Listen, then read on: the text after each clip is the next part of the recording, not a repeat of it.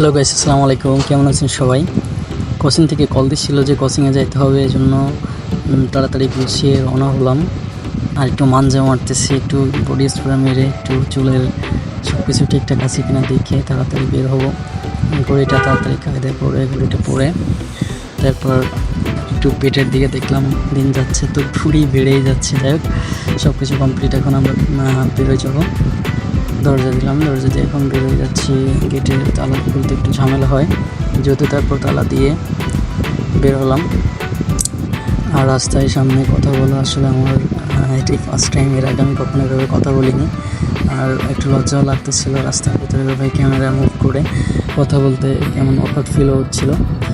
তারপর পরিচিত আমাদের সোহেল ভাইয়ের সেই স্পেশাল শরবত, লেবুর শরবত স্প্রা আছে। তারপর যাওয়ার সময় খাওয়া নিয়ে আর কি, তো দেখে রাখলাম। যাওয়ার সময় কোনো অনেক গরম আছে, প্রায় 43 ডিগ্রি খুলনাতে। তো যাই হোক, সব মিলিয়ে অনেক ভালো লাগতেছিল, আর রাস্তাঘাটের লোকজনও কম। তারপরও যাইতে হবে কোচিংয়ে, সেভাবে আর কি রওনা হলাম। খুব বেশি না, আমার রুম থেকে অল্প একটু 5 মিনিট লাগে কোচিংয়ে যাইতে। সেভ অ্যান্ড সেভের পাশেই আর কি কোচিং আমাদের। তো দৌলতপুরে আমাদের বেল কলেজের সামনেই ফুটওভার ব্রিজ হচ্ছে। অনেক দিনের স্বপ্ন ছিল খুলনাবাসীর যে এখানে একটা ফুটওভার ব্রিজ হবে, আমরা স্টুডেন্টরা যাতায়াত চলাচল করতে সুবিধা হবে আমাদের। যাই হোক, দ্রুতই কাজটা কমপ্লিট হয়ে যাচ্ছে, এই জন্য ধন্যবাদ মাননীয় প্রধানমন্ত্রীকে। যাই হোক, আমাদের কোচিংয়ের দিকে যাওয়া যাক। তো নিজের কাছে কেমন লাগতেছিল ক্যামেরায় কথা বলতে গেলে, জানি না কেমন হচ্ছে। যাক, তারপরও ভালোই লাগতেছিল।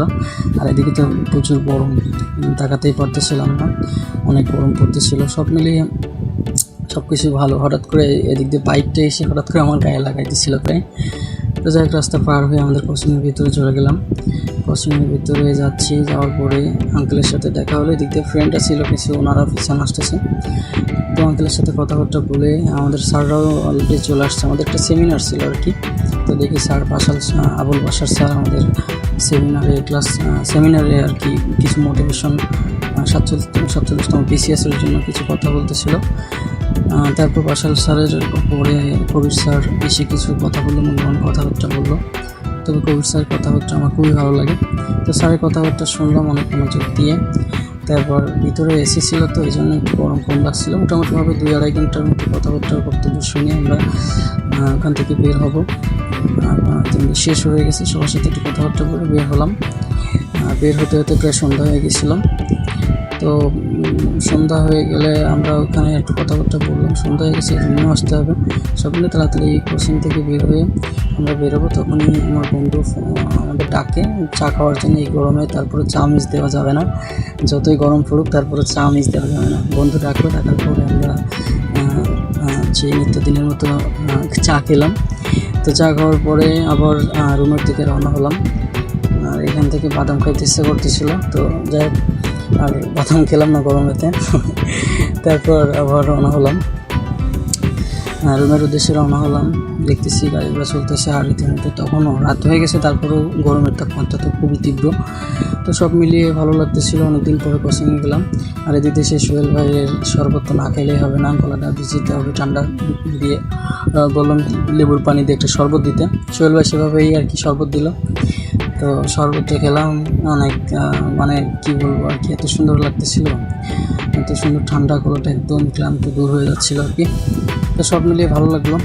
আর সোহেল ভাইয়ের স্পেশাল লেবুর শরবত তো মানে অতুলনীয়, আর ভাই একা দিয়েই পারে না, অনেক ভিড় হয় এখানে। আমরা প্রায় এখান থেকে খাই আর কি। তারপর খাওয়া শেষ, পর আবার রুমের দিকে রওনা হলাম। রুমের দিকে রওনা না হলে অনেক রাত হয়ে গেছিলো। তো যাই হোক, রুমের দিকে রওনা হলাম সেভাবে আর কি। এখানে আমার এক বড়ো ভাইয়ের সাথে দেখা হয়েছিল, তার সাথে কথা বললাম, কথাবার্তা বলে আবার রুমের দিকে রওনা দিলাম। যদিও আমার মেস থেকে আমার কোচিং খুব বেশি দূরে না, তারপরেও একটু রাত হয়ে গেছিলো, আমার কম্পিউটার দোকানে কিছু কাজ ছিল। তো যাই হোক, চলে আসছি ডেনেট কলেজের সামনেই। তো আমার ডেনেট কলেজের পাশেই আছে আমার রুম। তো যাই হোক, ভিডিওটা কেমন হলো অবশ্যই জানাবেন। যদি কোনো ভুল ত্রুটি দেখে সেটাও কমেন্টের মাধ্যমে জানাবেন, নেক্সটে সেটা সংশোধন করার চেষ্টা করব। তো ধন্যবাদ সবাইকে ভিডিওটি দেখার জন্য, অবশ্যই শেয়ার করে দিবেন।